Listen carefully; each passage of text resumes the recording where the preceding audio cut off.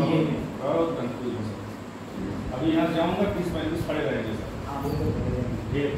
जबकि इसमें साफ नोटिस लगवा दी गई है, ग्रुप में डाल दिया है, फिर भी सब पूछते हैं सर फाइल बनाना जरूरी है।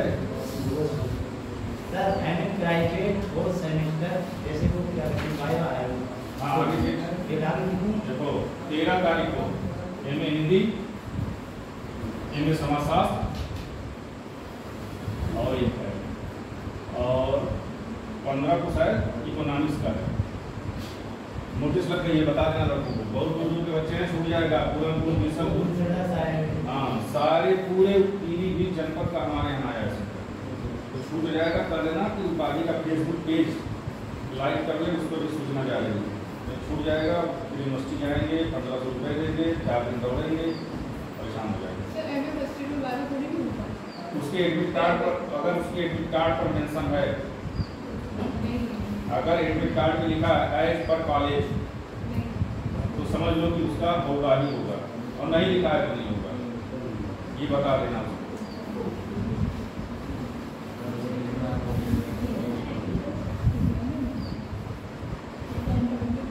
मैं जब यहाँ आता हूँ कॉलेज जाता हूँ ना पहले, अब कॉलेज गया तो आज हमको लगा हम जा ही नहीं पाएंगे, सब घेर लिए, हम पे 12 बजे मैं आ जाऊँगा। आज के न्यूज़पेपर में कुछ चीज़ें हैं जो अभी तुम लोग एक चर्चा सुन रहे हो बहुत तगड़ी, कि कोविशील्ड जो लोग लगवाए हैं उनको बड़ी समस्याएं आ रही हैं, बहुत चर्चा का विषय हो गया है। तो अब ये जब चर्चा का विषय है, और कोरोना काल में लगी थी सबको, करोड़ों को, तो इससे प्रश्न बन सकते हैं कि भाई कोविशील्ड को किस कंपनी ने बनाया,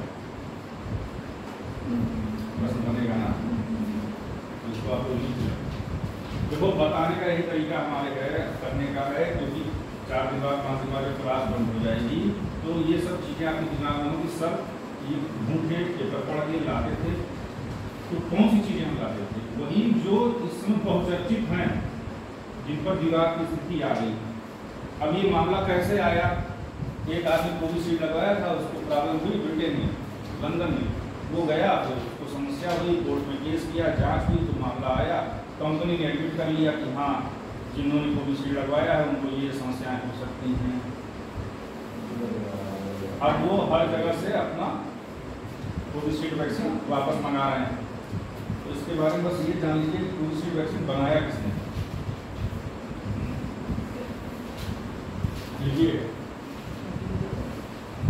अच्छा, जिस कंपनी ने बनाया था वो कहाँ की है, ये भी इम्पोर्टेंट है। ब्रिटेन की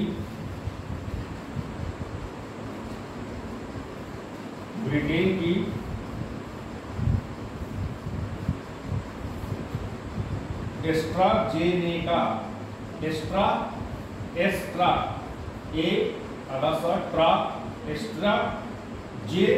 एक ही में है, एस्ट्राजेनेका।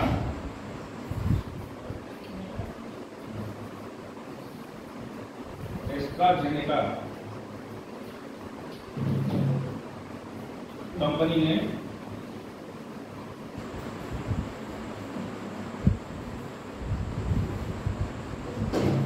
ऑक्सफोर्ड यूनिवर्सिटी के साथ मिलकर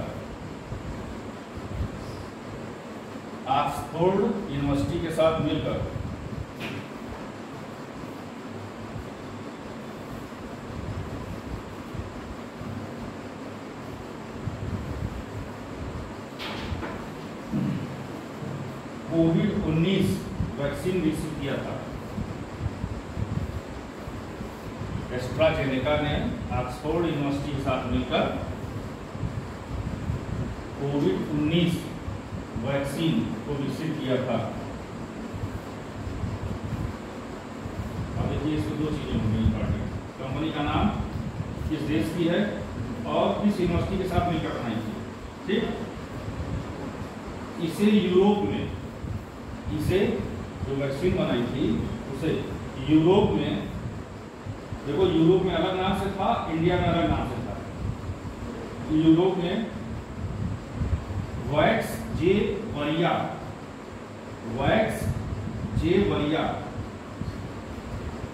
वैक्स जेवरिया,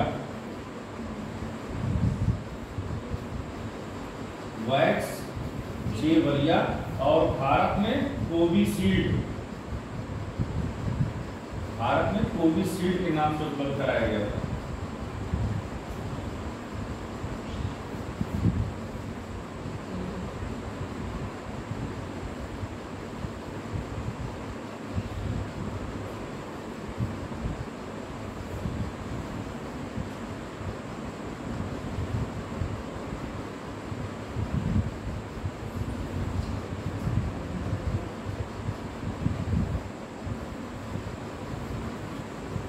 जैसे जब भी प्रधानमंत्री की आर्थिक सलाहकार परिषद बहुत बड़ी परिषद होती है, इसका जब भी कोई अध्यक्ष बने तो उसका नाम आपको तैयार रखना है, ठीक।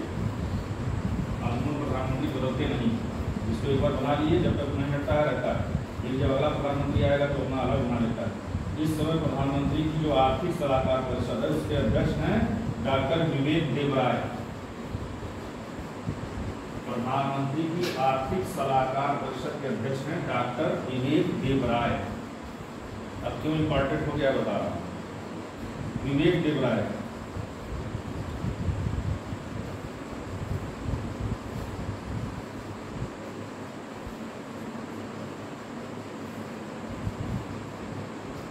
प्रधानमंत्री की आर्थिक सलाहकार परिषद के अध्यक्ष हैं डॉक्टर विवेक देबराय। अब ये क्यों चर्चा में, क्योंकि यदि कल प्रधानमंत्री की जो आर्थिक सलाहकार परिषद है उसने 1950 से लेकर के 2015 तक की जनगणना का हिसाब किताब देखा और एक विस्तृत रिपोर्ट प्रस्तुत की, ठीक है। उस रिपोर्ट की खास चीज जो है वो मैं आपको दिखा दे रहा हूँ, एक लाइन। हिंदुओं की आबादी घटी है, कितनी घटी है यह भी महत्वपूर्ण है, और मुस्लिमों की आबादी बढ़ी है तो कितनी बढ़ी है परसेंट में लिखवा रहा हूँ। ये कल की रिपोर्ट है, प्रधानमंत्री की आर्थिक सलाहकार परिषद ने यह रिपोर्ट जारी की है, ठीक। तो अध्यक्ष का नाम तो आप जान गए। अब आप लिखिए, पीएम की आर्थिक सलाहकार परिषद, पीएम की आर्थिक सलाहकार परिषद की रिपोर्ट 1950 से 2015,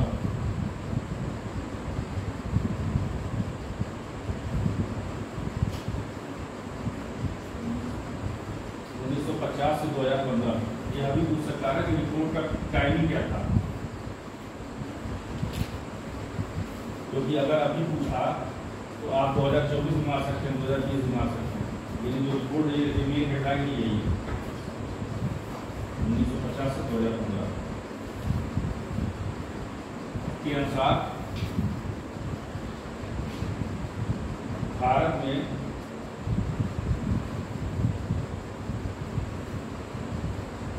हिंदू आबादी 7.82% घटी, 7.82% घटी, और मुस्लिमों की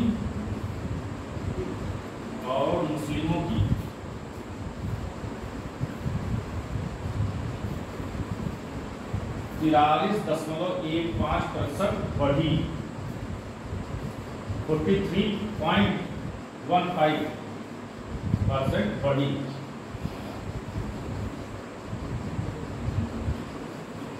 ठीक है, हिंदू आबादी लगभग 8% घटी है और लगभग 43% मुस्लिम आबादी बढ़ी है। और यह रिपोर्ट जो है, यह रिपोर्ट डॉक्टर समिका की अगुवाई में तैयार की गई। यह रिपोर्ट डॉक्टर समिका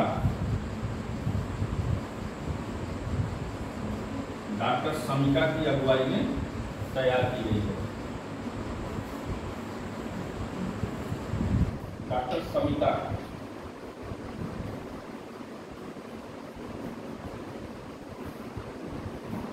अब इसको ध्यान दो तुम लोग। जैसे क्या है कि आज के पेपर में ये चीज है तो बहुत व्यापक निकाले हैं। अब आपको क्या जानना था, यही जानना था। तो ऐसी बड़ी खबरें जब आपकी कोचिंग बंद हो जाए, सामने आए तो आप ये देखिए कि प्रधानमंत्री आर्थिक सलाहकार परिषद का जिक्र है, इसका दृष्टांत है। जो रिपोर्ट बनाई गई, कोई भी रिपोर्ट कौन अगुवाई कर रहा था, कब से कब तक का है, मेन डाटा इन्होंने क्या दिया। मेन इन्होंने यही बताया हिंदू आबादी घटी है इतने %, और मुस्लिम आबादी इतने % बढ़ गई है।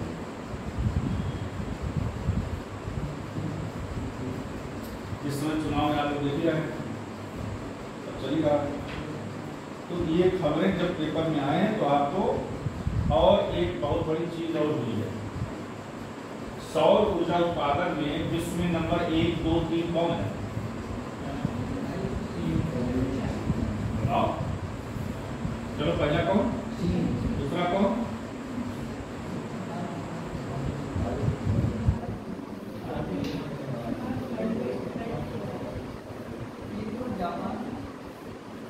इसमें बदलाव हुआ। ठीक, एक बार यही प्रश्न पूछा था, जब बदलाव होता है तो ये पूछता है कि भारत ने किस देश को पीछे छोड़ा, तो मैं पूरा लिखवा देगा। सौर ऊर्जा उत्पादन में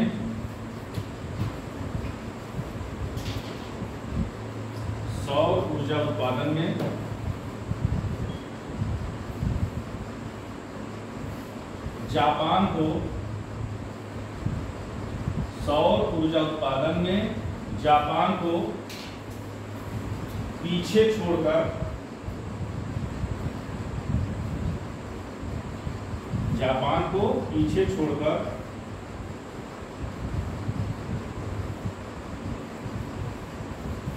भारत तीसरे स्थान पर।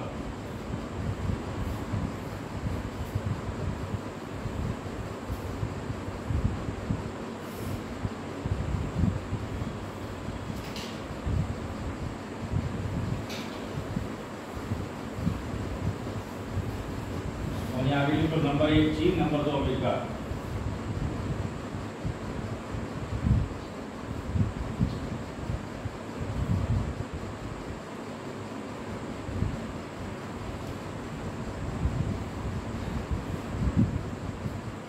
ठीक है, आगे लिख लीजिए। भारत ने कुल ऊर्जा उत्पादन का 5.8%, मतलब 5.8%। कुल ऊर्जा उत्पादन का 5.8% सौर ऊर्जा से उत्पादन किया है।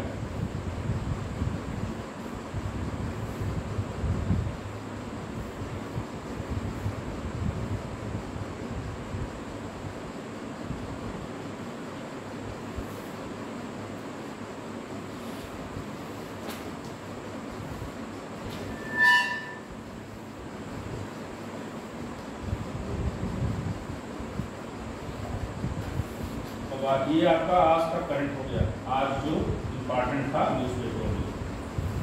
अब यूपी क्या रही है आपको?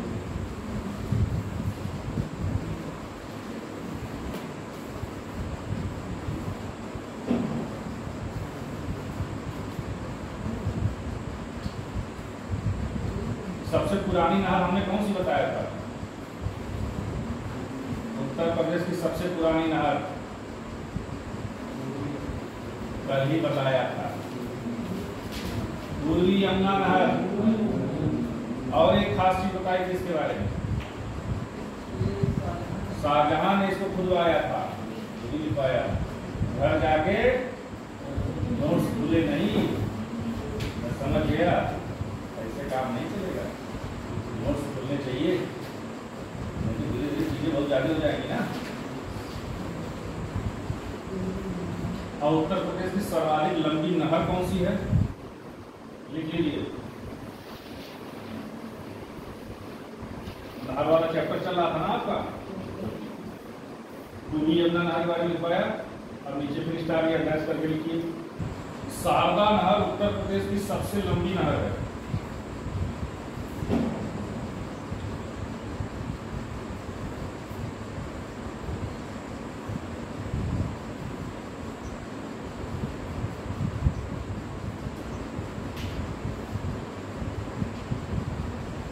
गया। फिर लिखिए अगला ड्रिप सिंचाई। ड्रिप सिंचाई तथा ड्रिप सिंचाई तथा स्प्रिंकलर सिंचाई।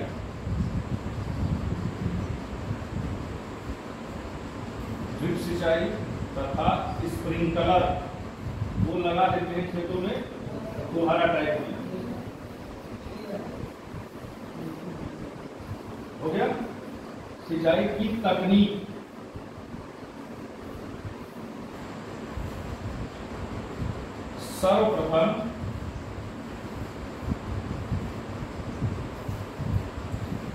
सर्वप्रथम बुंदेलखंड क्षेत्र में शुरू की गई।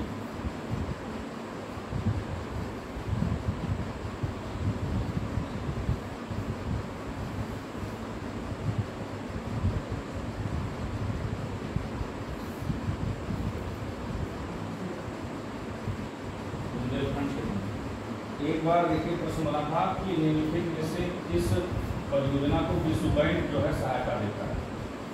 तो ये तो मैं लिखवा दे रहा हूँ, लेकिन अब आप लोगों को इस पर वर्क भी करना है।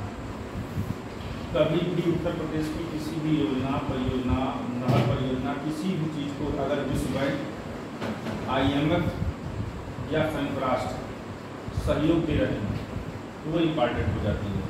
उसको आपको तुरंत ऐड कर लेना अपने नोट्स में, ठीक ना। जब आप न्यूज़ पेपर हमने कहा ये पढ़िए, कुछ याद डालिए, उसका मंथली मैगजीन आप ले लीजिए। ये चीज़ें जहाँ है लिख लीजिए। विश्व बैंक द्वारा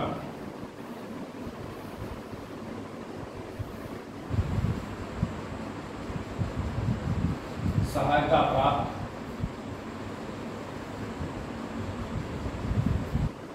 सिंचाई परियोजना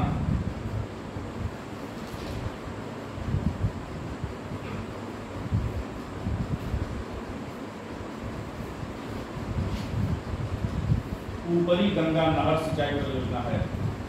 ऊपरी गंगा नहर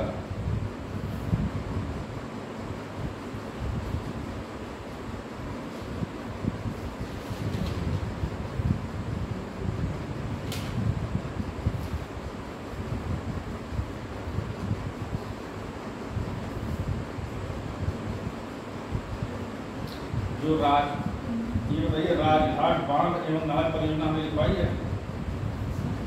राजघाट बांध एवं नहर परियोजना, जहाँ नहरें लिखी है वहाँ लिखा है कि नहीं इसको? नहीं, तो लिख लीजिए राजघाट बांध एवं नहर परियोजना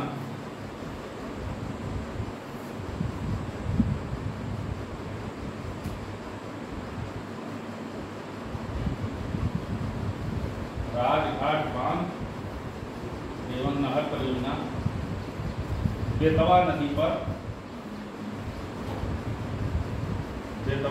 पर ललितपुर जिले में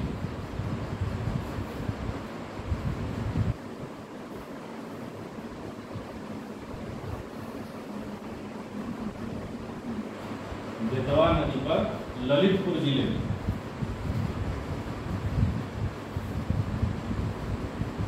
इस परियोजना में मध्य प्रदेश भी शामिल है। मतलब दो राज्य हैं, उत्तर प्रदेश और मध्य प्रदेश। इसमें मध्य प्रदेश राज्य भी शामिल है।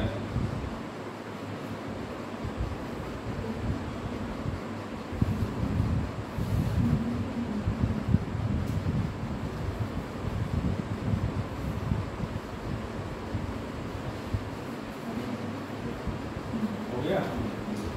अगला लिखिए बाण सागर बांध एवं नहर परियोजना। बाण सागर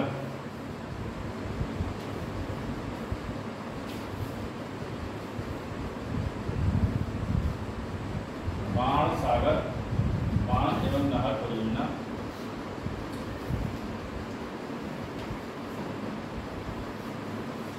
सोन नदी पर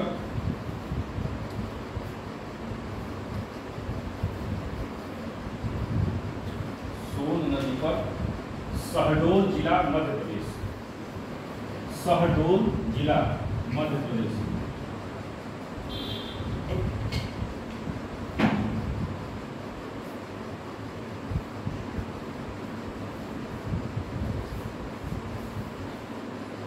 3 राज्य हैं, उत्तर प्रदेश, मध्य प्रदेश और झारखंड इस परियोजना से लाभ लेते हैं। उत्तर प्रदेश, मध्य प्रदेश और झारखंड।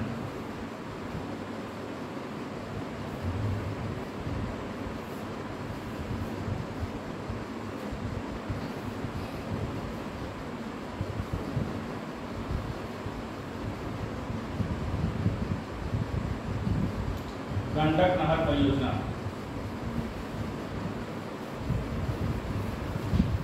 इसमें यही पूछते हैं अधिकतर के कौन कौन से राज्य लाभान्वित हो रहे हैं। गंडक नहर परियोजना, नेपाल, बूढ़ी गंडक नदी, नेपाल बूढ़ी गंडक नदी, इससे लाभान्वित कौन कौन होगा ये लिखिए।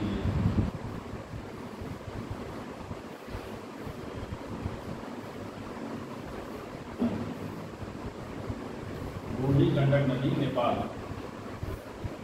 से लाभान्वित हो रहे हैं उत्तर प्रदेश, बिहार और नेपाल।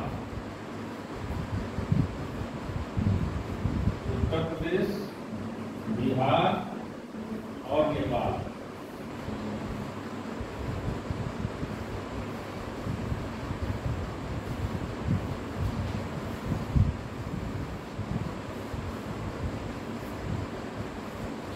अच्छा, हथनी कुंड बैराज लीजिए। हथनी कुंड बैराज ये कहाँ है?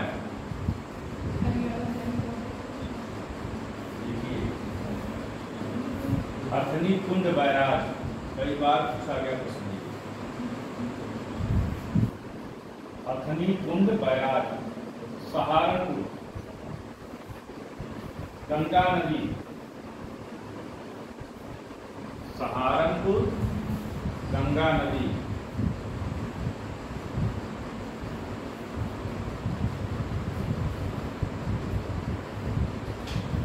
लाभान्वित राज्य उत्तर प्रदेश, हरियाणा, उत्तर प्रदेश, हरियाणा, हिमाचल प्रदेश, दिल्ली और राजस्थान।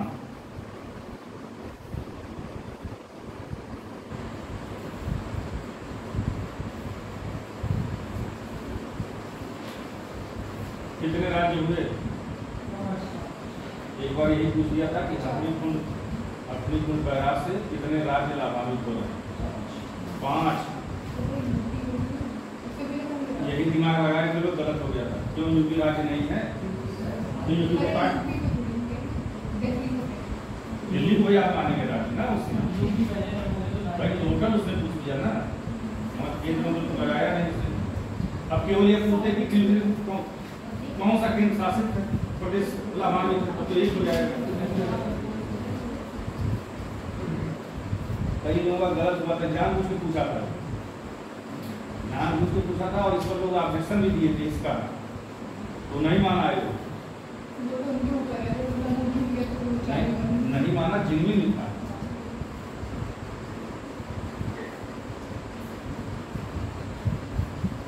भाई जब पूछे कि कुल कितने राज्य, कुल का मतलब मान लीजिए,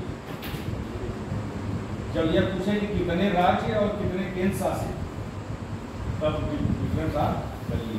जैसे लोकसभा का चुनाव हो रहा है, एक बार एक प्रश्न पूछा था कि लोकसभा में केंद्र शासित प्रदेश का प्रतिनिधित्व कितना है, कितनी सीटों का, बताइए। लोकसभा चुनाव, लोकसभा जो सीटें हैं उसमें केंद्र शासित प्रदेश का योगदान कितना है?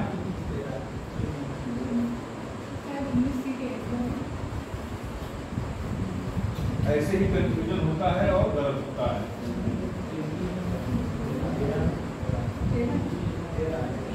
पहले 15 थी, अब 13 हो गई।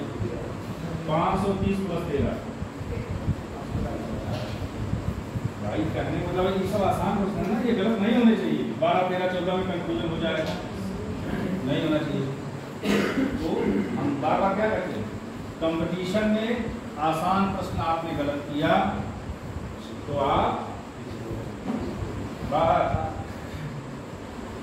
गलती होगी, ह्यूमन एरर होते हैं, उनकी संख्या क्या करनी है, न्यूनतम। अच्छा बताइए, भारत में श्वेत क्रांति का जनक कौन?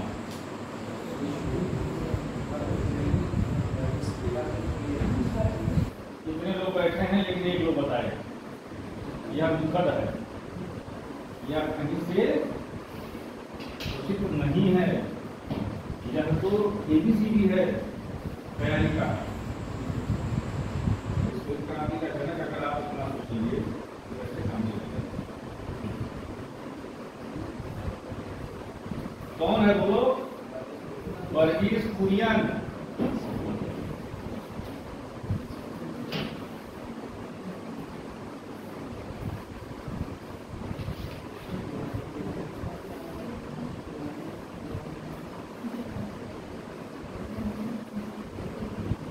अच्छा, हमने ये लिखवाया था कि सुकमा डुकमा बांध कहाँ है, नहीं लिखवाया था, छूट गया।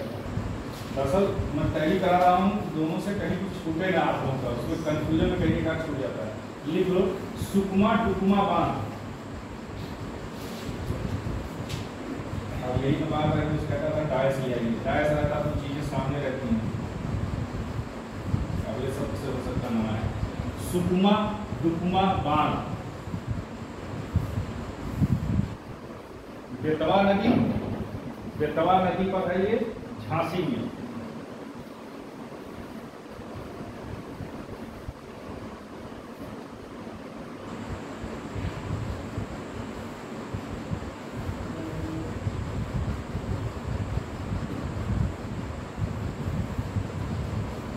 अच्छा, आप लोग जानते हैं कि रामसर सम्मेलन क्यों होता है, किस लिए होता है रामसर सम्मेलन?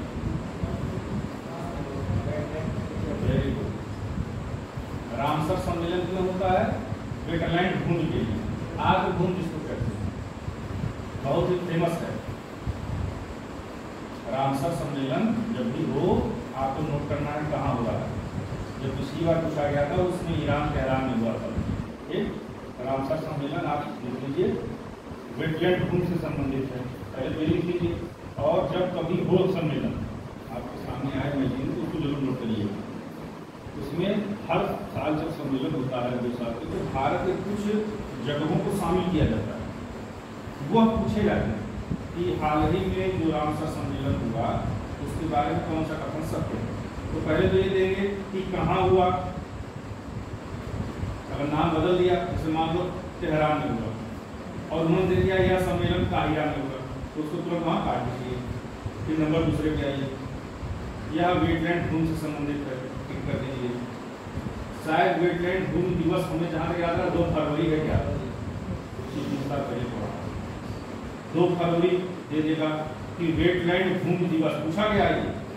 वेटलैंड भूमि दिवस 2 फरवरी है, लिख लीजिए। ठीक, तो आया था। तो कहने मतलब हमारे से हम पढ़ा कुछ और है, दिमाग में जब चीज़ें आ जाती है तो मैं तुरंत नोट करा देता हूँ, आप लोग नोट कर लीजिए इसको, ये पूछा जाता है। अब होगा क्या है कि जब कभी कोई चीज़ सम्मिलित की जाएगी उसमें, वो पूछ लिया जाएगा भारत का। और अगर यूपी का सम्मिलित किया जाता है तो वो यूपी स्पेशल में भी बहुत इंपॉर्टेंट होगी। तो यूपी की कुल कितनी वेटलैंड भूमि है ये आपको याद रखना है, क्योंकि ये पूछता है निम्नलिखित में से कौन यूपी का वेटलैंड भूमि नहीं। तो 3 सही देगा ये, तो मैं लिखवा दे रहा हूँ उत्तर प्रदेश की आर्द्र भूमि जो है, ठीक है। एक जगह आप लिख दीजिए उत्तर प्रदेश के रामसर, रामसर लिख लीजिए तब भूलेगा नहीं। उत्तर प्रदेश के रामसर आर्द्र भूमि स्थल, उत्तर प्रदेश के रामसर आर्द्र भूमि स्थल।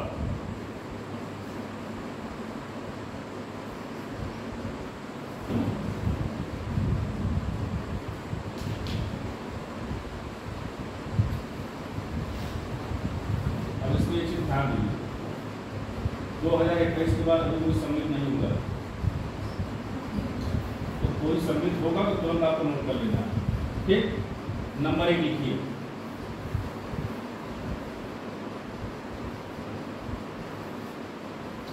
बखिरा, बखिरा पक्षी वन्यजीव विहार, बखिरा पक्षी वन्यजीव विहार,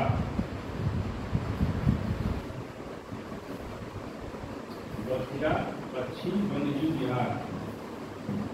इंद्र लिखवाया है, कहाँ है?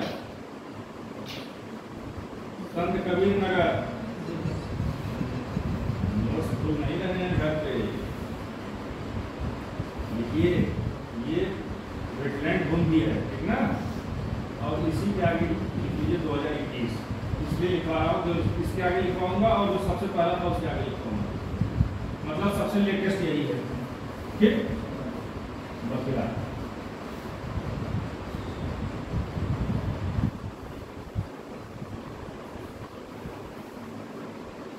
नंबर दूसरा हैदरपुर, हैदरपुर आर्द्र भूमि, हैदरपुर आर्द्र भूमि,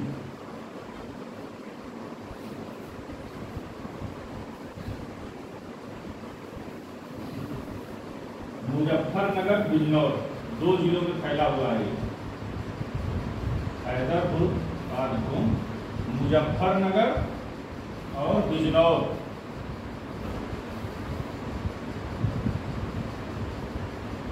बड़ा आश्चर्य हो गया कि चश्मा लगा रहा हूँ तो दर्द कर रहा है, निकाल दे रहा हूँ तो आराम हो रहा है, आज दिखाना पड़ेगा। उसमें फ्लक्चुएशन आ चुका है। मुजफ्फरनगर बिजनौर 2 जिले में फैला है। तीसरा सूर सरोवर,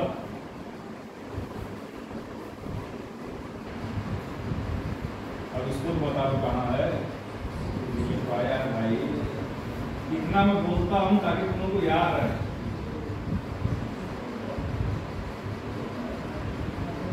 इसीलिए जब मैं पहली बार आया तो किसी ने कहा उससे पढ़ा दी। जो कम्युनिकेशन होता है, आपको देख के बता ही दोगे, तो पता ही नहीं, इसीलिए पीछे बैठता है, खोजता रहता है।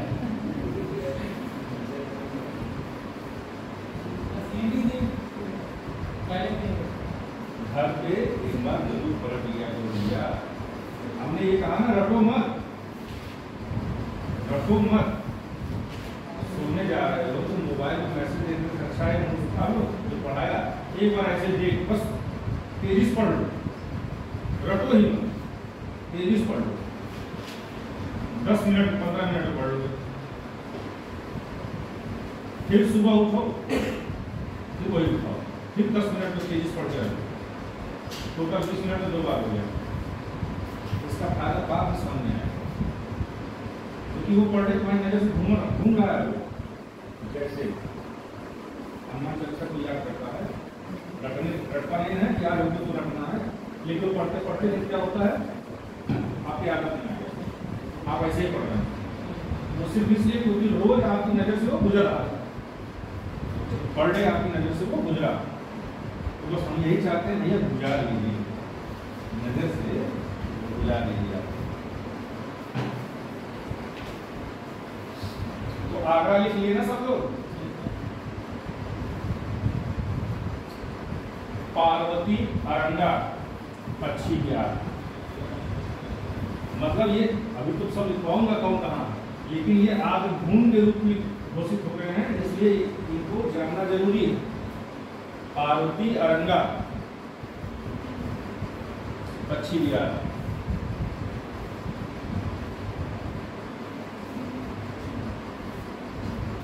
गोंडा,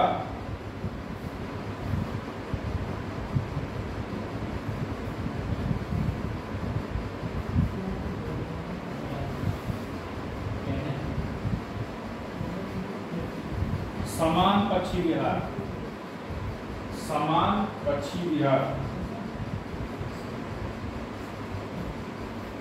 समान पक्षी विहार,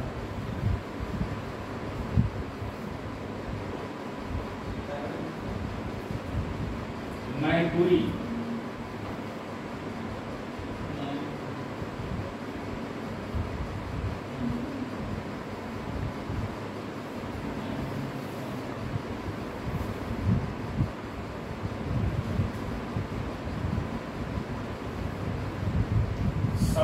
पश्चिम बिहार। समस्तपुर, देखो ये बहुत इंपॉर्टेंट है। जब कभी प्रीवियस ईयर में पेपर देखना शुरू करोगे ना तो इसी तरह लिखवाया गया सब पूछेंगे। समस्तपुर पश्चिम बिहार, रायबरेली,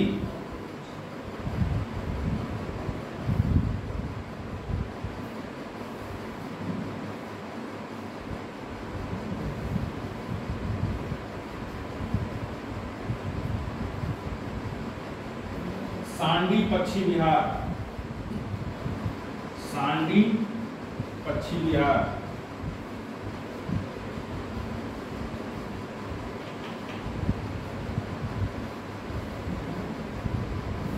हरदोई,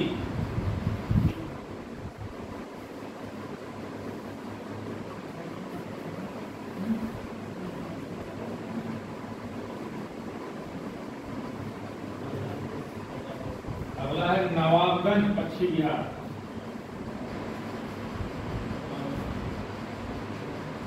नवाबगंज पश्चिम बिहार,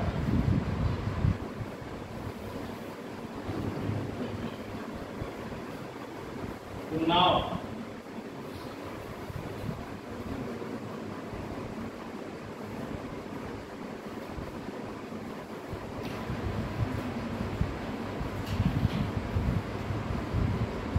अगला देखो सरसई, सरसई नवार झील, सरसई नवार झील,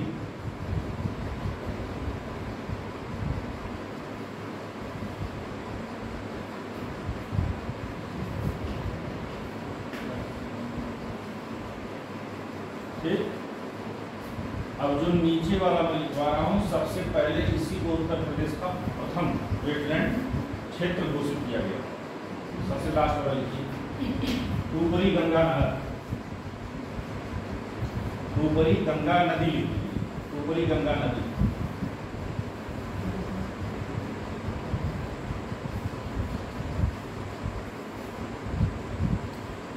ब्रैकेट में लिख लीजिए ब्रिज घाट से नरौरा तक विस्तार,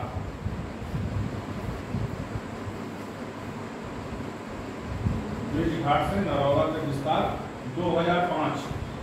सबसे पहले 2005 में ही उत्तर प्रदेश का कोई भी क्षेत्र वेटलैंड भूमि घोषित किया गया था, ठीक है। 2005 ब्रिज घाट से नरौरा तक।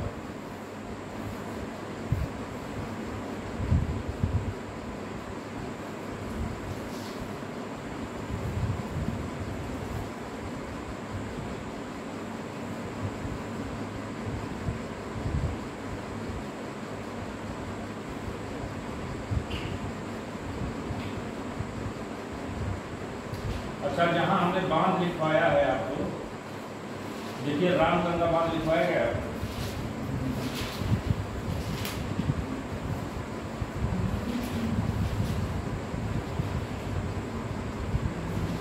सब लोग देखो, सब लोग नहीं होंगे।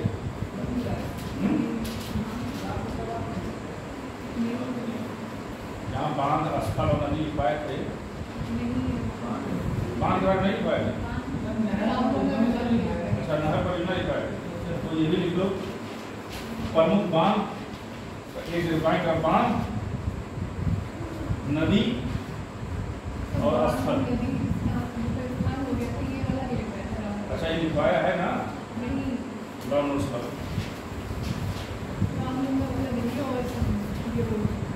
लिखवाया तो है, बस ये नहीं लिखवाया। नहीं, हमने सोचा कि तुम लोग ये कह रहे हो कि बांध के बारे में लिखवाया ही नहीं गया। लिखवाया गया, ये छूटा है ना। कुछ छूटे ना तो इम्पॉर्टेंट है भाई। लिख लो रामगंगा बांध, रामगंगा बांध।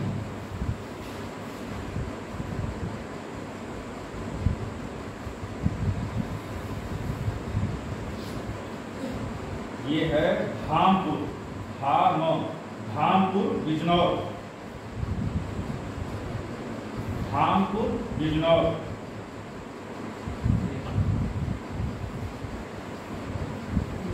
रामगंगा नदी पर।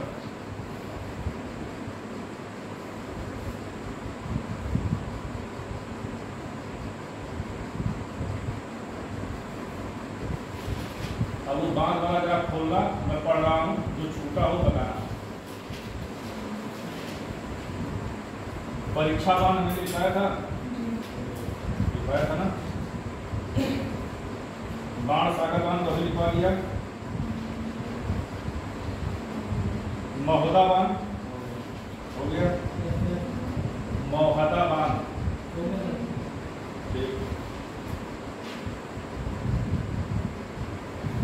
पथराई बाण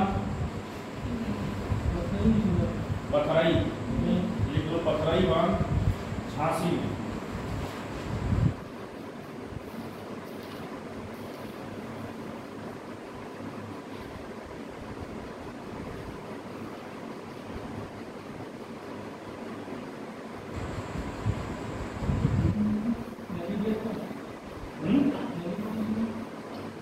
कौन सा लिखे? पथराई। पथराई नदी है झांसी में। झांसी में पथराई नदी है।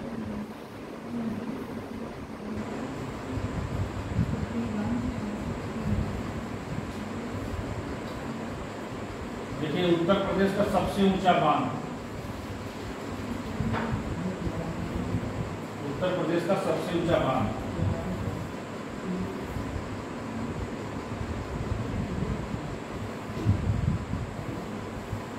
रामगंगा बांध।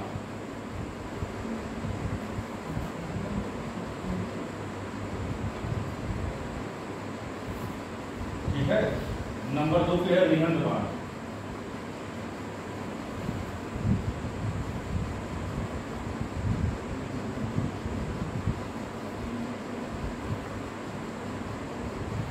रामगंगा बांध कहाँ है? रामपुर बिजनौर। अच्छा देखो अभी लिखवाया है, फिर भी देखना पड़ेगा।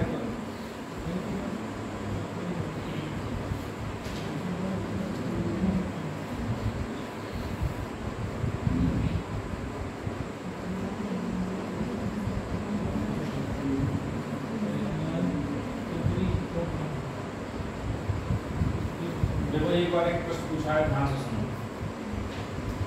निम्नलिखित में से कौन उत्तर प्रदेश की पेयजल परियोजना क्या है? पेयजल। ऑप्शन था शारदा सहायक नहर परियोजना, ज्ञानपुर पंप नहर परियोजना, गोकुल बैराज परियोजना, पथरई बांध।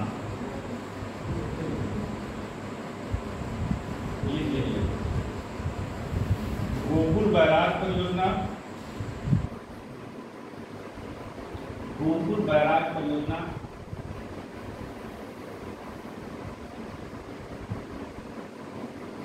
कामा लवकुश परियोजना, लवकुश, लवकुश को ब्रैकेट में आगरा कर देना। लवकुश परियोजना आगरा,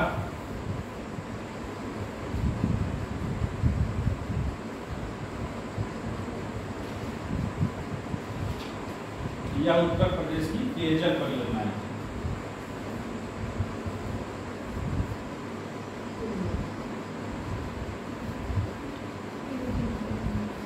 यह पेयजल परियोजना है।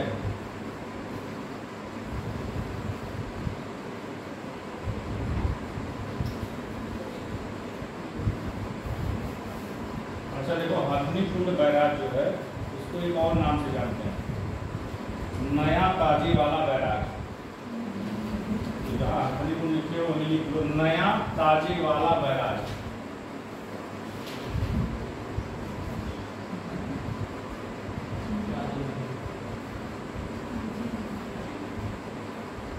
नया ताजे वाला बैराज।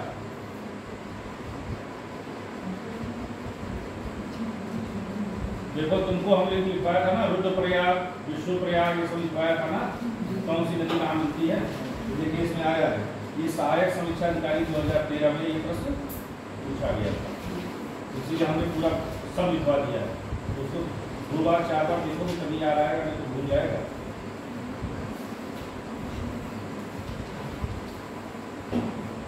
एक और प्रश्न जो आया है, निम्नलिखित में से कौन सा गंगा नदी के दाहिने किनारे पर नहीं है? गंगा के दाहिने किनारे पर मतलब वो गंगा के किस किनारे पर? बाएं। क्लियर हुआ? गंगा के दाहिने किनारे पर नहीं पूछा है। ठीक। इलाहाबाद, हरिद्वार, वाराणसी, कानपुर मैंने लिखवाया था। मैंने कहा था पढ़ लेना, लेकिन पूछे गए प्रश्न है उसको, तो दाहिने बाएं जो बस लिखवाया हूँ ना, उसको ऐसे दाहिने बाएं मत कर देना, उसको देखना। और मैंने कहा कुछ कोड बना लेना, या तो केवल बाएं वाला पढ़ लो या तो केवल दाएं वाला पढ़ लो। एक तो तैयार कर लो, दूसरा अपने आप हो जाएगा।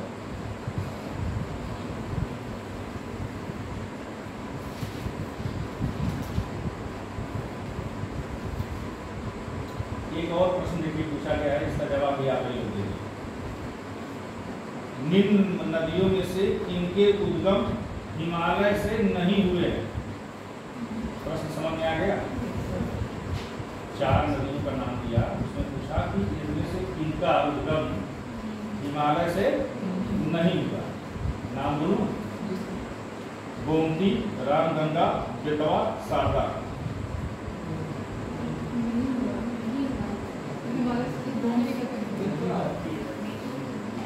अब सोचो यहाँ कोई प्रेशर नहीं है, फिर भी समस्या आ रही है, इसीलिए कह रहा हूँ जो लिखवाया तो बहुत बताओ क्या होगा। अरे गोमती तो तुम्हारे यहीं से है, तो गोमती में कंफ्यूजन नहीं है। बाकी कौन बचा? ये भी लिखवाया है, सब लिखवाया है। तो देखिए अब प्रश्न वहीं से उठा करके ऐसे बनाएगा, इसलिए यह भी बताना जरूरी है आपको कि कैसे वो बना रहे हैं। हमने लिखवाया ना हिमालय से कौन निकल रहा है, आदि विभाग से कौन निकल रहा है और कहाँ से कौन निकल रही है नदियाँ, ये सब लिखवाया हमने। इसीलिए लिखवाया कि वो कुछ भी घुमाएं तो आपका तैयार रहे। प्रश्न इन्होंने सामान्य पूछा, बस क्या किया कान इधर जगह इधर पकड़ लिया और आप हो गए कंफ्यूज।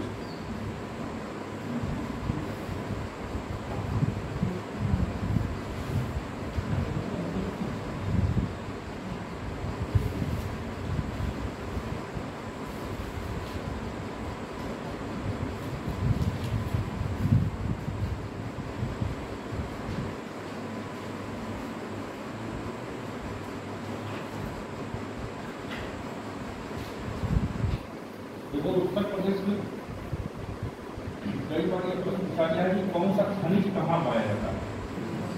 ठीक, तो ये मैं लिखवा दे रहा हूँ कि कौन सा खनिज कहाँ पाया जाता है, क्योंकि ये अक्सर पूछते हैं कि कौन सा खनिज कहाँ पाया जाता है। तो आप लिखिए,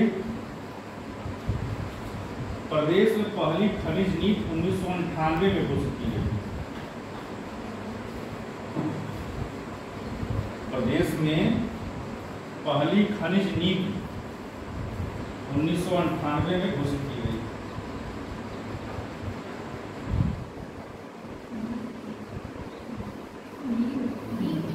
खनिज नीति, अब इसको समझ जाओ।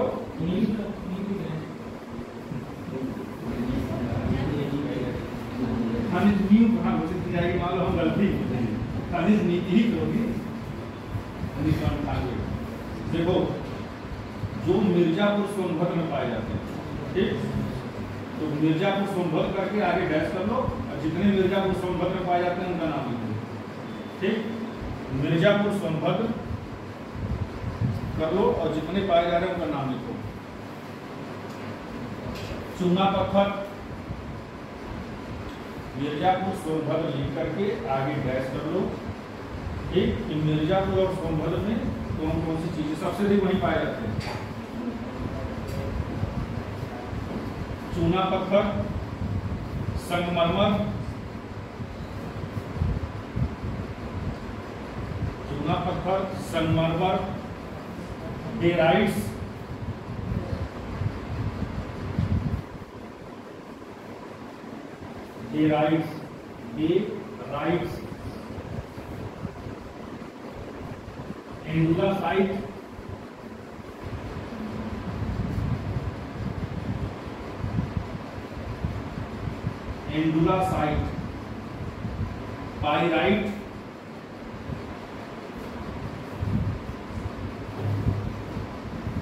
एंडुलासाइट, पाइराइट, फायर क्ले, फायर आग, फायर नहीं फायर क्ले,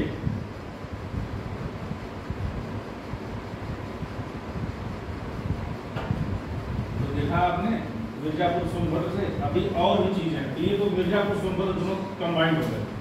अब नीचे नंबर 2 कर लीजिए, कोयला।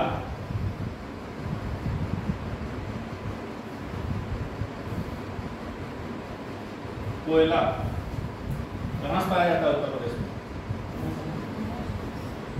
लिखिए सिंगरौली बेसिन,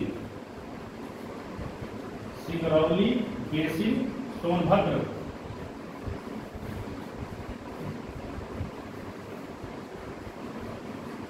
सिंगरौली बेसिन सोनभद्र में है ये।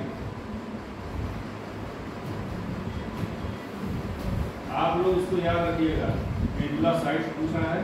और कोयला, कोयला कहाँ होता है? कहाँ है? थोड़ा मुंह को खोलोगे ना तो कष्ट नहीं होगा, चीजें तैयार होंगी।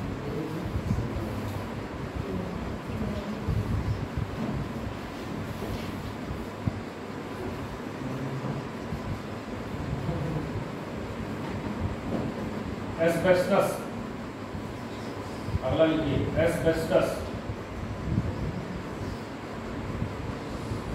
Asbestos Mirzapur.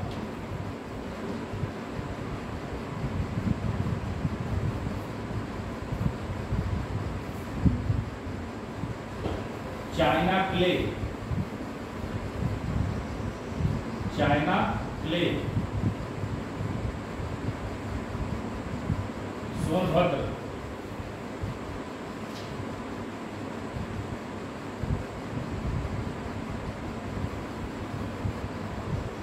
Sand stone, sand stone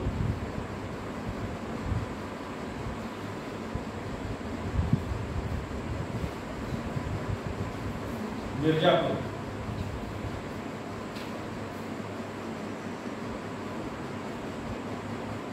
हीरा,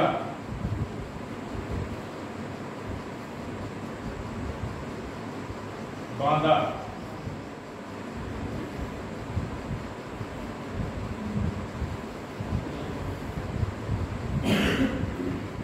हीरा बांदा में। सोना,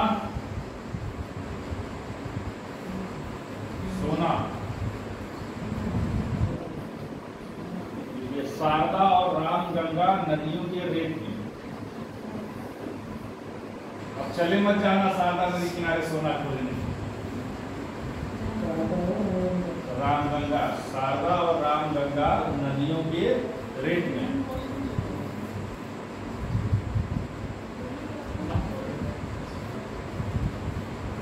मैग्नेसाइट, मैग्नेसाइट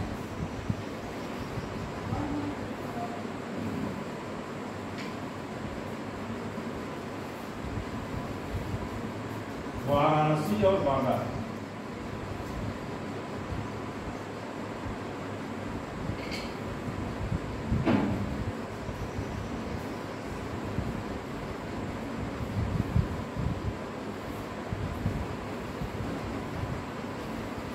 देखिए अब मैं 3 चीज लिखा रहा हूँ, तीनों चीज कई बार मैं पूछा तो सब गया है, लेकिन ये कई बार पूछा गया।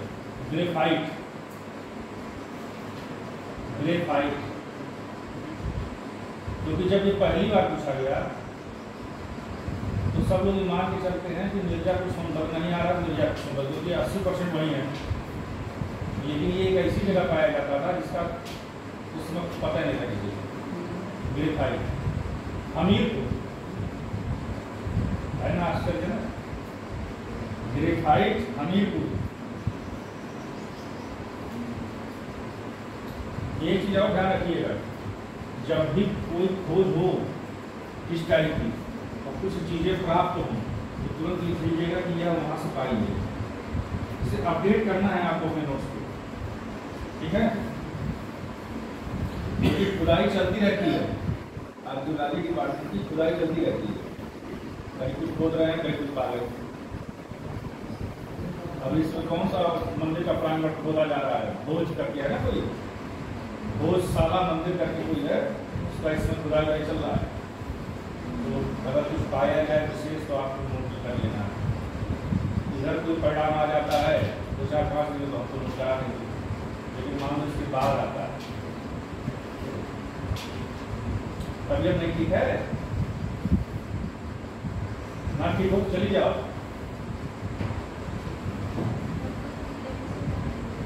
ट्रेन से जाना है, अब तो टाइम कितने बजे है? 2:40 तक ऐसे और पानी भी पी लो, जाओ।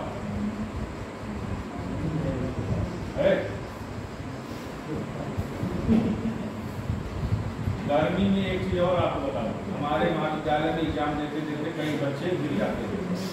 उसमें पता चलता है कि वो सुबह आगे खाए नहीं, खाली पेट नहीं रहना है, खाली पेट नहीं रहना है। और सबसे अधिक बच्चे जानते हो किस पीढ़ी में गिरते हैं? 1102 वाले, क्योंकि उसके बाद तो खाई के आते हैं और सुबह वाले 10 बजे घर चले जाते हैं। 1102 वाले कंफ्यूजन में रहते, खा के जाए कोई जान दे, ना खाए जाए खा के खाएं, उसी कंफ्यूजन में कुछ खाते नहीं। अरे भाई बता रहा हूँ, जैसे हमारे 8 से 12 नीचे तक है और 13 से 17 ऊपर है, तो जिसका ऊपर पड़ा सेंटर उसकी हालत कितनी खराब होती है हम देखते हैं ना। हमको फ्लाइट में केवल 5 मिनट के लिए कमरे जाते हैं, वो तो 3 घंटे वहाँ बैठे हैं। और अगर पेट में इसलिए कहा जाता है ना, गर्मी में जब भी घर से निकलिए कुछ खाए रहिए और पानी खूब पिए, क्योंकि डिहाइड्रेशन होगा तो आप गिर जाएंगे, इसका ध्यान रखिए। ग्रेफाइट हमीरपुर, यूरेनियम,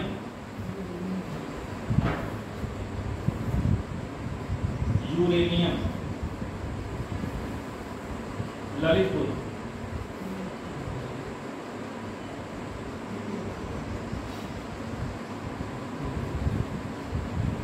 तांबा,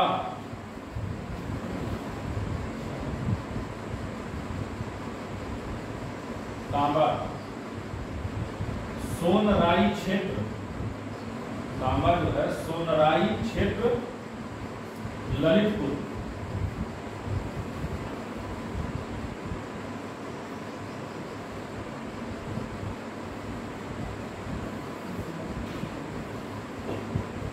राक फास्फेट, राक राक को है राक फास्फेट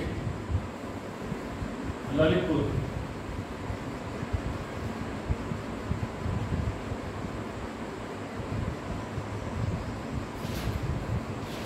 जहाँ राक फास्फेट लिखे हो ना वहीं नीचे दो चीजें और लिखो, पैलेडियम, पैलेडियम,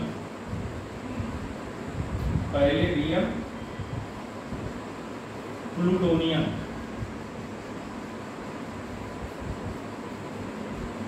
नहीं प्लूटोनियम नहीं है, प्लैटिनम, प्लैटिनम,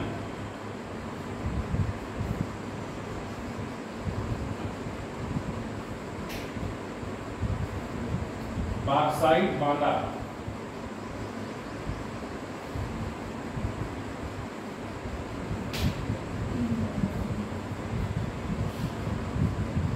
ग्रेनाइट पट्टियां, ग्रेनाइट पट्टियां,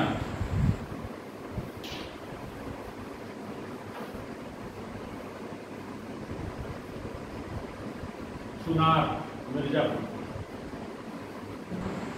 ग्रेनाइट पट्टियां चुनार मिर्जापुर,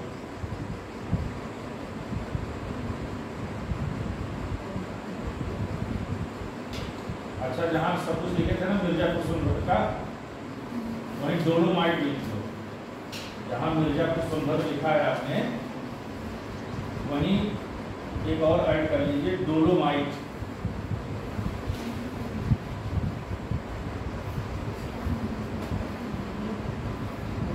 जिप्सम नीचे अगला, जिप्सम झांसी में,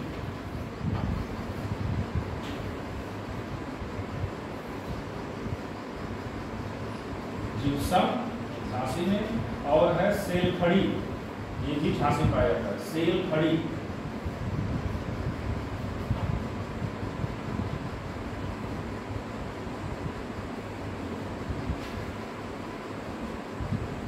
हो गया। अब नीचे दूसरा एक पॉइंट लिखिए, कांच बालू, कांच बालू, कांच बालू ब्रैकेट में लिखिए सिलिका, सिलिका सैंड, कांच बालू को सिलिका सैंड भी कहते हैं। कांच बालू ब्रैकेट में सिलिका सैंड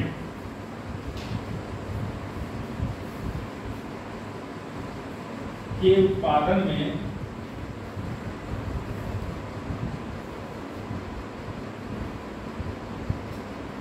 उत्तर प्रदेश का देश में प्रथम स्थान है।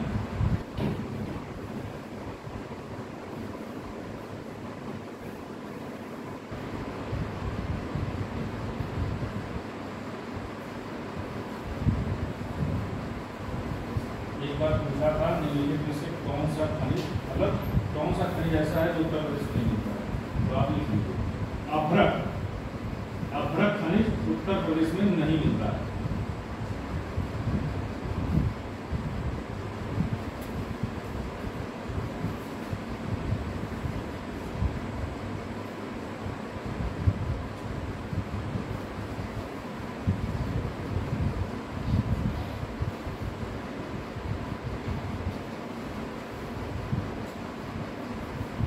अब अगला लिख दीजिए आपको उत्तर प्रदेश वन एवं प्राकृतिक वनस्पतियां।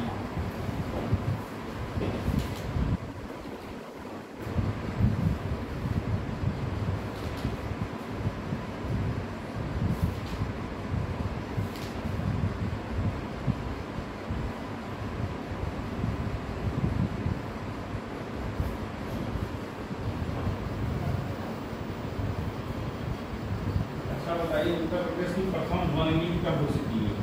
ये पूछा गया, प्रथम और द्वितीय दोनों पूछा गया।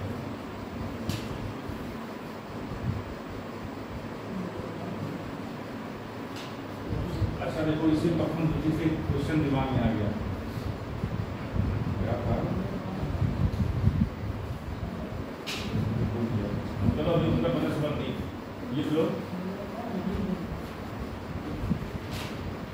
उत्तर प्रदेश की प्रथम वन नीति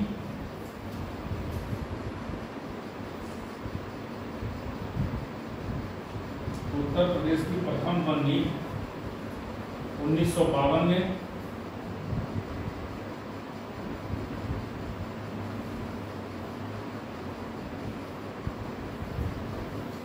तथा दूसरी 1998 में घोषित की गई।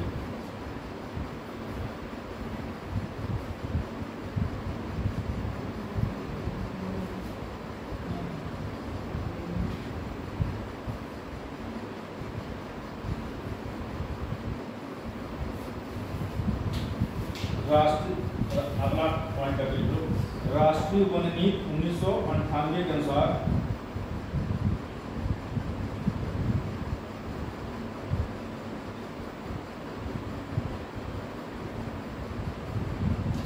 देश के कुल भौगोलिक क्षेत्रफल का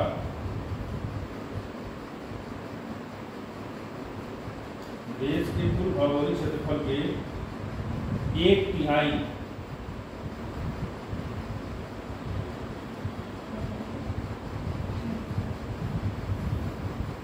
1/3 कितना परसेंट हुआ?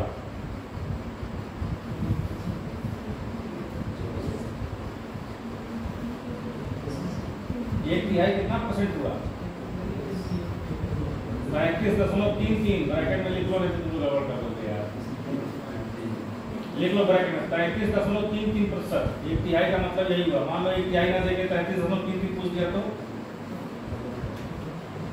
अरे भाई 100 से कितना निकालोगे? 33.33%। ठीक, अब ब्रैकेट कर पाओ, ब्रैकेट में लिखो पर्वतीय क्षेत्र में 2/3,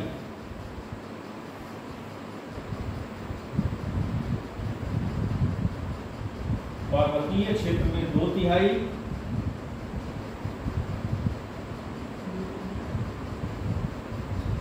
तथा मैदानी क्षेत्र में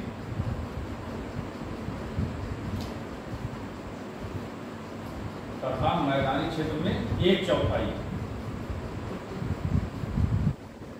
ब्रैकेट बंद। मैदानी क्षेत्र में 1/4 ब्रैकेट बंद भाग पर 1 होने चाहिए, भाग पर 1 होने चाहिए।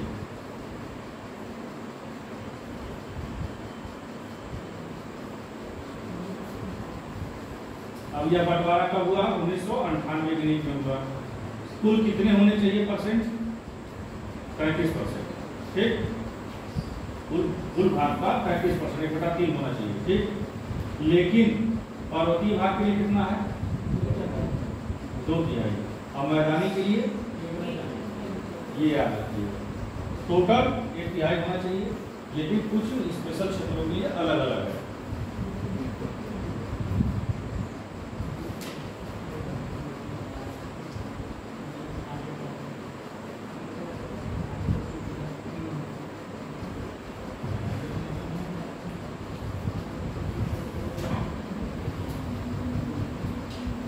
देखिए अगला पॉइंट, वर्तमान में वन नीति 1998 के स्थान पर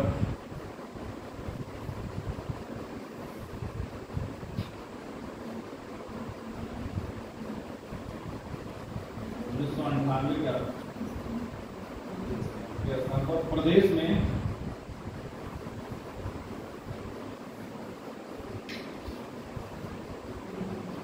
राज्य वन नीति 2017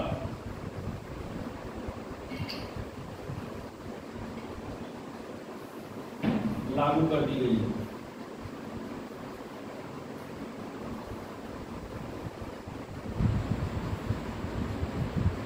और देखिए इसमें कई प्रश्न बन गए, उतने में ही आते कि भाई 1998 की वन नीति में कब संशोधन किया गया, वर्तमान में कौन सी वन नीति लागू है।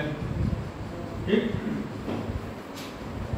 वर्तमान में कौन सी वन नीति लागू है? 2017। अब इसमें जो सुधार हो आप इसको ऐड कर लीजिएगा। तो आपको पूरा याद रखना। पहली, अब सोचिए अंतर कितना, पहली कब आई, दूसरी कब आई, सोचो कितने साल बाद है। संशोधन किया गया 17 में, मतलब ये है कि अब ये संभावना है 10-15 साल छूना नहीं है, लेकिन यदि ऐसा हो तो आप तुरंत अपना नोट्स सही कर लेना।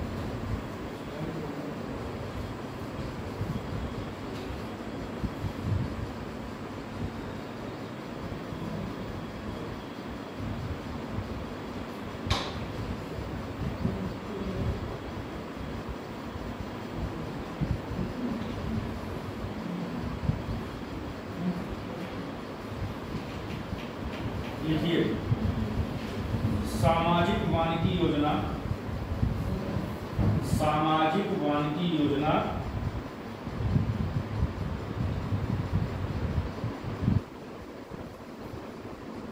सामाजिक वानिकी योजना राष्ट्रीय कृषि आयोग की पहल पर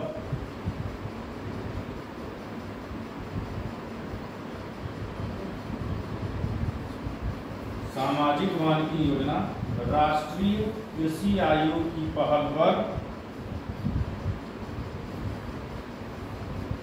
1979-80 में प्रदेश में शुरू की गई।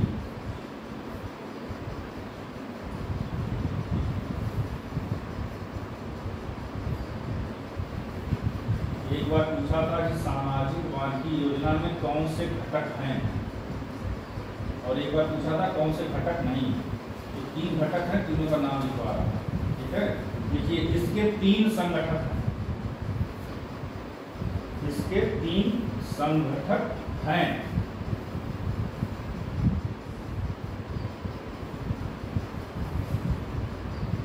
नंबर 1 कृषि वानिकी, कृषि वानिकी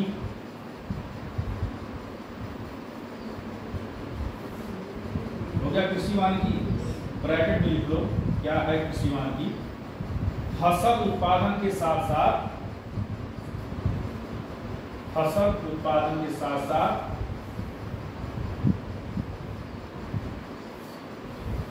वृक्षारोपण करना।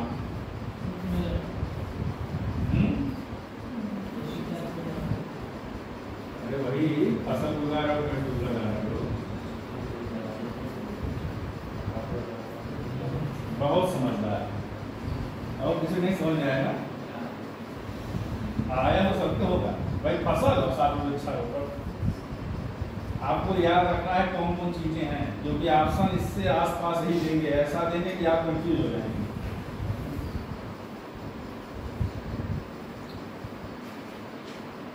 दूसरा है सामुदायिक या सार्वजनिक वानिकी, ब्रैकेट बंद कर देना वहां और नंबर 2 लिख लो। सामुदायिक या सार्वजनिक, सामुदायिक या सार्वजनिक वानिकी।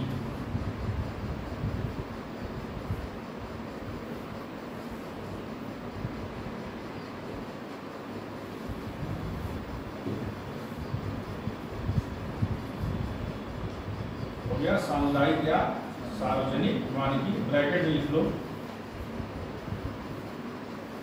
सामुदायिक भूमियों पर, सामुदायिक भूमियों पर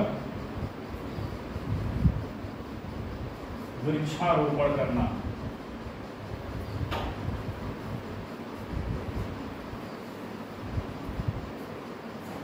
सामुदायिक भूमियों पर वृक्षारोपण करना। नंबर तीसरा, अब जब जो नहीं पढ़े थे ना, ये तीसरा वाला ऑप्शन ही सबका गलत हुआ था, क्योंकि इसको लोग माने कि ये तो हो ही नहीं सकता। इसमें शहरी वानिकी को भी जोड़ा गया है। नंबर 3 शहरी वानिकी,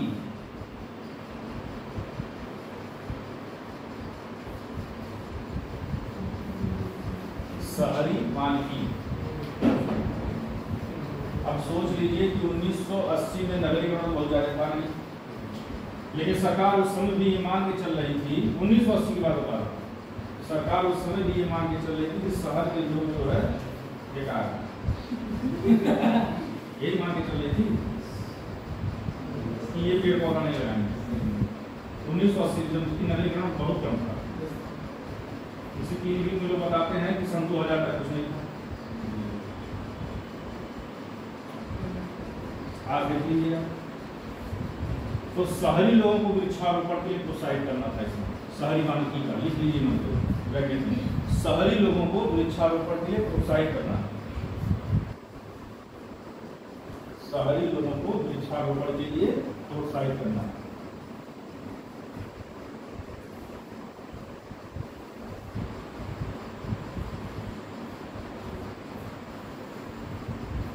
भाई आप देख रहे हैं कितनी प्लाटिंग हो रही है, तो प्लाटिंग कहाँ हो रही है भाई? पेड़ काट के तो प्लाटिंग हो रही है।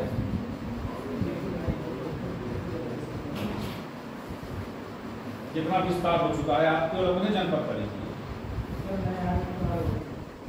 भाई अभी तो जैसे हमारी उम्र मान लो 20-22 साल, तुम ये सोचो जब तुम कक्षा 8-9 में रहे होगे तो क्या स्थिति होगी। आवाज देती भाई वृक्ष तो कट ही रहे हैं।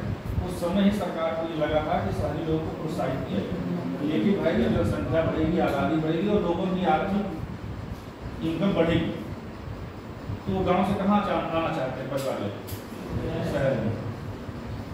जिसकी थोड़ी बहुत पूंजी इकट्ठा हो गई, वो सोचेगा कि कुछ प्लाट ले लो। तो सारी चीजें जुड़ी हुई, जनसंख्या बढ़ेगी, आमदनी बढ़ेगी, लोगों का पलायन होगा, तो पेड़ कटेंगे। अब जब वृक्षारोपण का समय आता है तो टास्क दे दिया जाता है कुछ विभागों को कि आपको 500 पेड़ लगाने हैं, आपको 700 पेड़ लगाने हैं। जगह है नहीं लगाए कहाँ, जंगल चले जाते हैं, वहीं 500 पेड़ लगाते हैं, लेकिन कहाँ लगाएंगे भाई? कोई संस्थाएं हैं, कहीं है पेड़ लगाना, जब ग्रामीण में जगह दिख रही है वहीं आगे लगा दें। सिस्टमेटिक नहीं हो रहा है ना।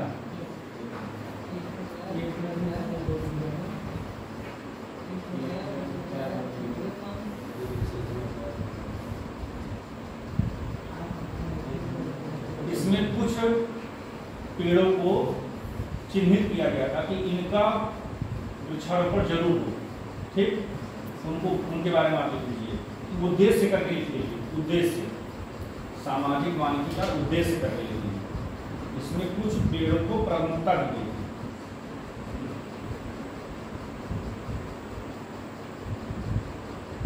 जैसे ये पूछ सकता है ना, सामाजिक वानिकी योजना के अंतर्गत जलाऊ लकड़ी के लिए किसका सुझाव दिया गया, तो आप लिख लीजिए। जल उद्देश्य हो गया, स्टार बना लो या डैश कर लो। जलाऊ लकड़ी, जलाऊ लकड़ी के लिए यूकेलिप्टस,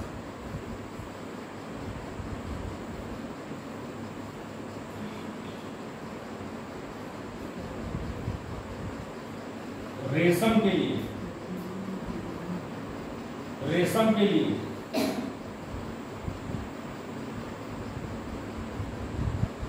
शहतूत,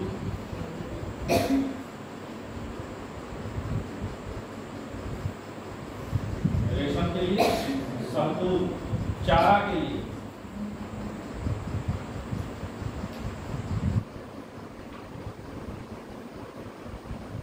चारा के लिए पहले लिखो सू, फिर डैश करके बबूल, सू बबूल।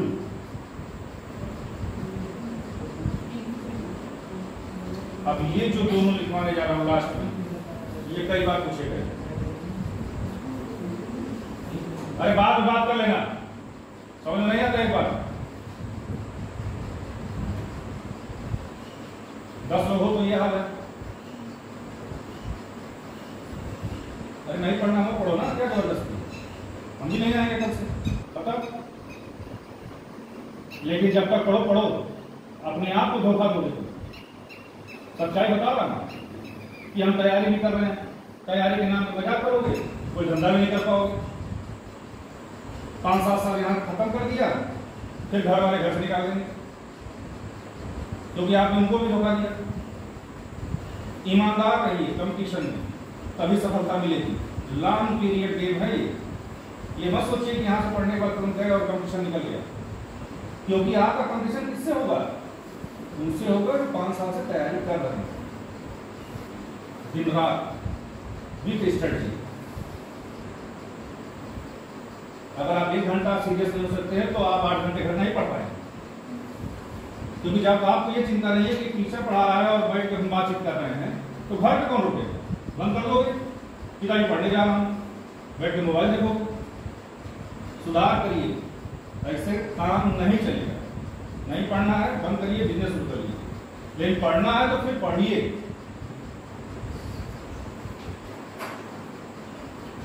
कई वर्षों की तपस्या के बाद सफलता मिलती है, ऐसे नहीं मिल जाएगी।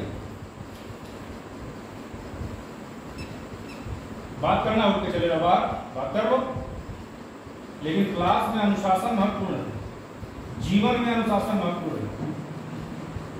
महात्मा गांधी का यह संदेश बहुत ही महत्वपूर्ण है। उन्होंने कहा था जीवन में अनुशासन लाइए, सफलता आपके कदम चूमेगी। ऐसे ही नहीं कहा था उन्होंने, सच्चाई है, अनुशासन लाना पड़ेगा। अनुशासन मतलब कि हमको 8 घंटे पढ़ना है तो पढ़ना है, चाहे जैसे पढ़ना है। हमको मोबाइल से दूरी बनानी है, उसका उपयोग तभी करना है जब अति आवश्यक हो। यह अनुशासन आपको लाना होगा, तब जाकर के आप तैयारी कर पाएंगे। एक एग्जाम्पल ले लीजिए, आप लोग जब बंद हो जाए कोचिंग, एक डायरी रखिए, सुबह जब सो के उठिए और जब पढ़ने बैठिए उसमें टाइम मेंशन करिए। जैसे 9:30 बजे आप बैठे, आप लिखिए 9:30 AM, और जो पढ़ाई छोड़ रहे हैं भले 10 मिनट बाद, 15 मिनट बाद टाइम मेंशन करिए। रात को सोते समय आप लिखिएगा 4 घंटे से ऊपर आप नहीं पढ़ पाएंगे। उसका मूल्यांकन करिए, उसको कैसे बढ़ाना है। परिवार है, समाज है, कार्य सबको पढ़ते हैं, लेकिन उससे आपको दूरी बनानी है। दोस्ती मित्रता उतना ही रखिए जिससे आपको फायदा हो, मतलब ग्रुप डिस्कशन में फायदा हो कि तुमने क्या पढ़ा, एक हफ्ता बाद हम मिलते हैं तो उस पर चर्चा हो। यह होना चाहिए, तब सफलता के लिए आप कदम बढ़ाएंगे। और यह अनुशासन जब 2, 4, 5 वर्षों तक आपके पास रहेगा, तब सफलता के कदम आपके धीरे धीरे धीरे धीरे मजबूती से बढ़ना शुरू होंगे। ऐसे नहीं होगा। 12 लाख फॉर्म दे रहे हैं, पद कितने हैं? 200, 250, कभी सुना है 300 से 1500 पद आए? तब तो कंपटीशन कितना टफ है, इसको देखिए। टेट का एग्जाम देकर के देखिए, अभी लाखों रुपए के, तब तक अगला टेट हो जाएगा। कंपटीशन टफ है, सीरियस है। क्योंकि 4 दिन बाद ना हम आपसे मिलेंगे ना आप हमसे मिलेंगे।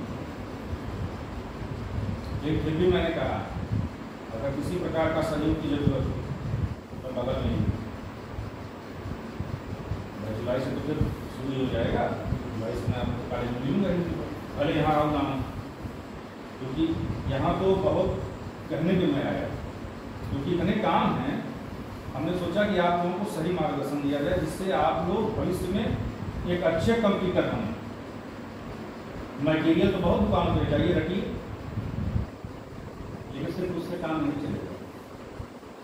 आपको पता होना चाहिए कि कौन सी चीज़ उल्टी करनी है, नहीं करनी है। 3 मेंस वो भी तो महत्वपूर्ण है, उस पर भी आपको वर्क करना है। वर्क कैसे करना है? लिखने का अभ्यास पर डे करना है, क्योंकि मेंस सब्जेक्टिव हो गया है पूरा। आपकी लिखने की स्पीड, हर चीज को डायग्राम से इंगित करने की टेक्निक सेल्फ डेवलप करनी है कि कम में ही आप सारी चीजें लिख लें, क्योंकि वहाँ 30 क्वेश्चन करने हैं, कहाँ से कर पाएंगे? तो उसको अभी से शुरू करिए ना, जो लिखिए, जो पढ़ रहे उसको लिख के पढ़िए, उससे आपकी स्पीड और प्लस राइटिंग दोनों इम्प्रूव होगी। जो प्री नहीं निकालना है, मेंस भी तो देना है, उसको भी ध्यान रखिए। 4 पेपर हैं तो उसको लिखने, ऐसे लिखना है, हिंदी लिखना है, सब कुछ लिखना है, तो उस पर भी ध्यान दें। बाकी आज खत्म,